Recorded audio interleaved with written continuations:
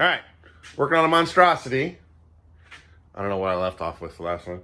So I got the blades here, and I want to do, it's only 2 blades, so you can't have a cool pattern that comes in like I have on my 500D where it's got 5 blades and it actually spirals in with the little patches of white on there. So what I'm going to do is I'm marking out on these blades every 15 centimeters on here on the blades, and then I take a little square and actually mark it with a pencil just so that I have an easy way of laying down a piece of vinyl fine line tape that give me a nice clean edge when I go to paint it. So you put it down on there and tape it off. And what I'm doing with these is I'm doing the opposite. So on this blade, it'll be white for this section. On this blade, it'll be black. And then it swaps as you go down the whole thing, so that when it spins around, it actually looks like it's vibrating. It's not coming in or going out, but it'll vibrate. And you'll see what that looks like. Because I did it on my little 600 size. Well, if you remember my flamed helicopter, I painted all fire on it.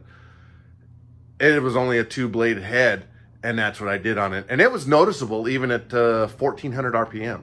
So I'm doing these really wide. They're super wide stripes on here. There was 10 centimeters on here, and I didn't think that was too many stripes, so I wanted to keep it down so you really notice it. So we will mark them, we'll tape them off, we'll paint them, and then at the end we'll go back and we'll static balance the blades to each other and make sure that they're where they need to be as far as balance goes. Okay, cool. Okay, so here are the blades prepped, ready for paint. So as you can see, one blade will be white, white, and white. And the other one will be just the opposite. This will be white, and that one will be white. So this blade will definitely be heavier than that one as far as amount of paint. That will be the one to try to balance. And if I was smart, I would have found the heavy blade and done the extra paint on the light blade. But I'm not that smart.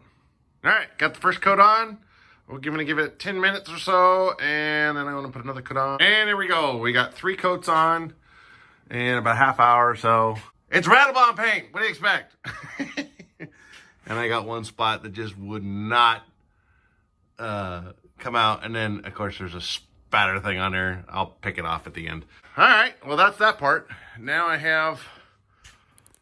It doesn't look very pretty, but everything is kind of tidied up, secured, and into everywhere it needs to be. I threw a couple batteries on here just to see where the balance point was going to be, if this thing was going to be just a little bit, I would say maybe half an inch on the skids or height whenever as it's coming off. So just perfect for scale stuff and out of rotation stuff. I do have another 3S pack, which I'm running the back, which runs all the radio stuff. I'm not using the internal back on here. Goddamn, heat shrink. Yeah. So I put some heat shrink on here with the red wire out. So it's just the signal wire and the ground going to it. I have my R3 antenna with the 2 antennas. You know, they're supposed to be 90 degrees.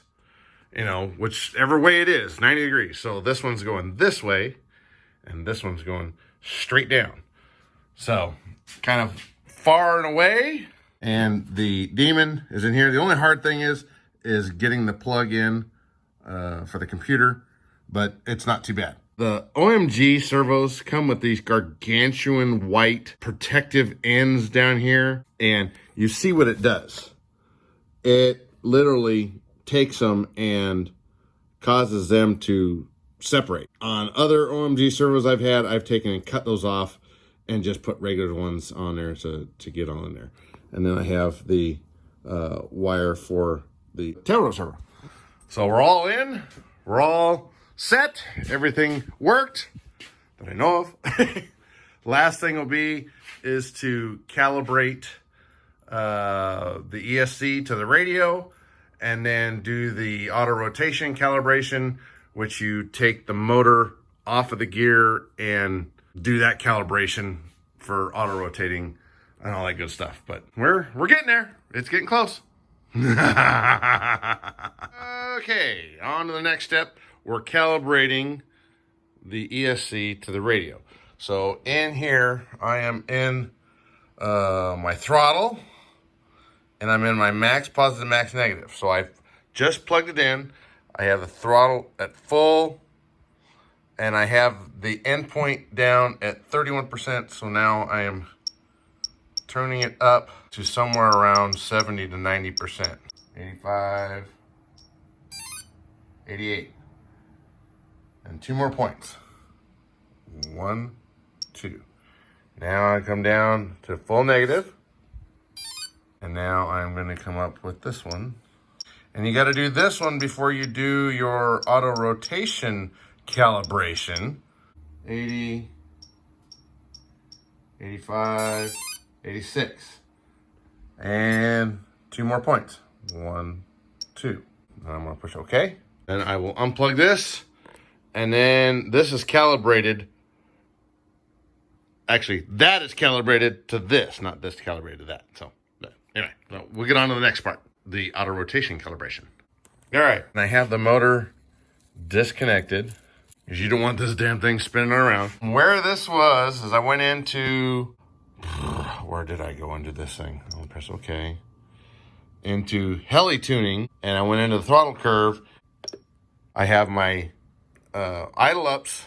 I have my first one set to a 0 all the way across. It's a constant line, which will have all these, and we'll have 30 and 70% by the programming in the Castling. Something else. I don't know. As you can tell, I don't know what the hell I'm doing. I'm just having a hard time figuring out where to do it in the Jetty. But I found it in here. So on my throttle, see, this has my normal. And when I flip my idle up switch, now I'm in auto rotation. Now I actually have it set at 50%. So what I'm going to do is I'm going to come over here. And I have it set to 50%. Normal is 0. You see it kind of moving there. There it is. So in the calibration, you take your normal position and set it zeros across the line. So that's normal for me for all of my flying anyways. But with all my other stuff, see, I put a soft start, and an idle RPM for those, so that when I turn it off, it actually kind of spools down nice and slow and everything. You guys have heard me talk about that. With this one, first one's going to be 0, second one's going to be 30, just because I'm going to run one throttle curve. So that'll be set at 30 whenever I get this done. But in my auto rotation, I have it at 50. Turn the auto rotation off, turn this down to normal, and you're going to plug it in. It's going to arm, it's going to do all of its stuff, and we'll go from there. Radio's on. I have control over the thing. I get control over it. I'm going to plug it in. It should arm, but it'll be at 0 because I have both the throttle hold and the normal at 0.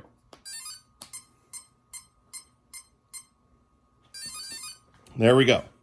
Okay. Now, what I'm going to do is I'm going to flip in to throttle hold, and it'll come up here, and you'll see it.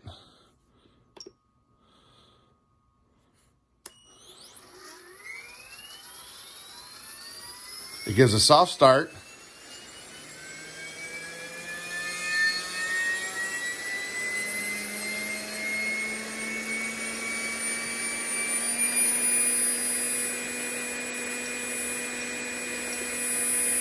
Okay, now that I'm working on this spot, I'm bringing it down until it stops.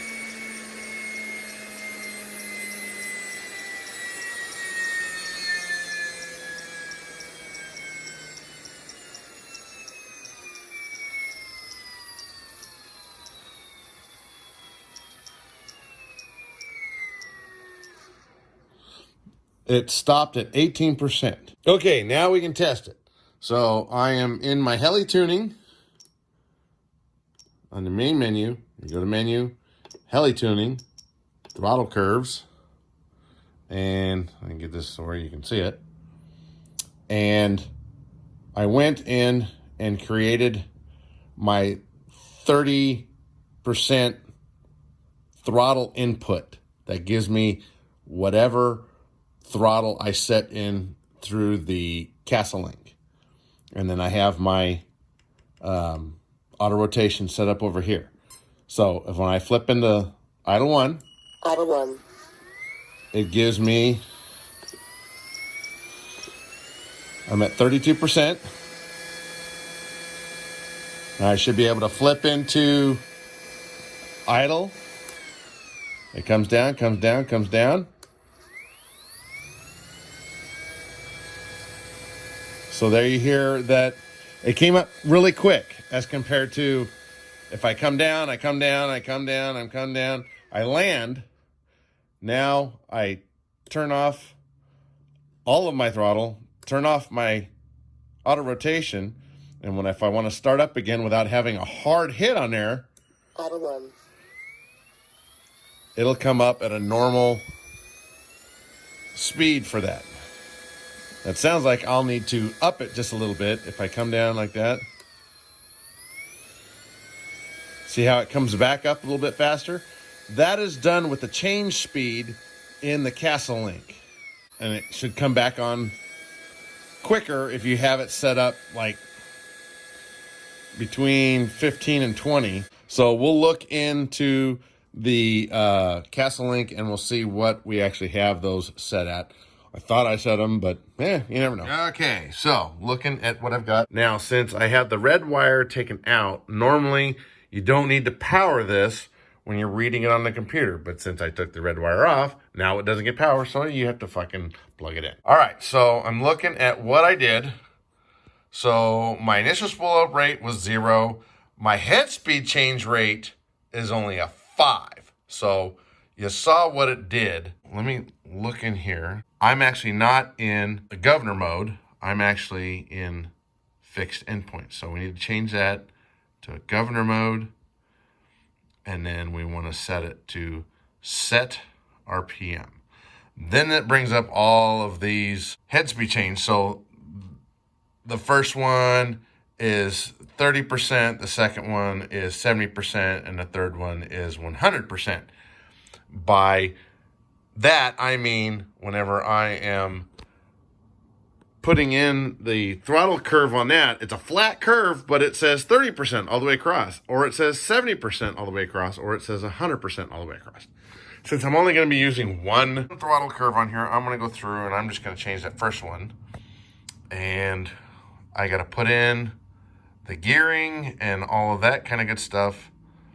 So 770, 10, 11.3, we are all good as far as the gearing goes. Now I can come over here and I can put in, my 1000. And it says for use at 30%. So now I can see actually how much throttle percent. I am at 73.7%, which is a low, but it'll still work just fine. I'm gonna update this. Come down here, put my cursor down here because I've got to do this. This is my mouse. This little teeny tiny ass 7.7 inch screen or some stupid thing. We're also gonna come up in here and we're also gonna do a change. That spool-up speed in the auto rotation was a low. So I'm actually gonna change that to a custom rate and I'm gonna put it up 15. Whenever I flip it into auto rotation, it'll come down, and if I've got to bail out, it'll bring that back up real quick. We want it to come back up really quick. So we're going to start with 15. So just out of curiosity, shits and giggles, let's load my Red Bull BO105 and see what the change rates are on there. So there. So my initial spool-up rate is a 2. I'm at a medium governor, but my change rate is 18. This didn't go into the helicopter because I didn't push update. I just wanted to see what it was going to do. So I'm going to come in here to device commands, and I'm going to read the settings, and it changes it back to where it was. So 15 is pretty good. I'm going to leave it there. I'm even going to leave the spool up rate at, actually, I'm going to change that to 1. I'm also going to change the gain of medium on that one. So there we go. 1,000 RPM. And you can, so I'm using 30% for that first one. So you can go in and you can change your throttle curve from a 30% line to a 70% line. So theoretically, you could have 30, 70, and 100 in there. The maximum I run is 2. 30%, 70%, and I come in here and I change it in here. What we'll do now is we'll go back and I'll test it again to see how it does changing it out and putting it at a higher change rate from auto rotation to my flight RPM, and we'll see how that does. What I did, and you can see it here, if I'm going to menu, going to my heli tuning, and I'm going to my throttle curves. This is in my normal. Idle 1. That's my idle 1. I don't have idle 2 set up. I just have an idle 1. But I also have a throttle or an auto rotation, and you can see it drops down to about 18%. So if I'm flying along, and I auto rotate, I come down and I bail out, flip that back, it should come back on pretty damn quick. Faster than what it was doing before. So we'll see how it does. Say, okay, we're going to go fly. Idle 1.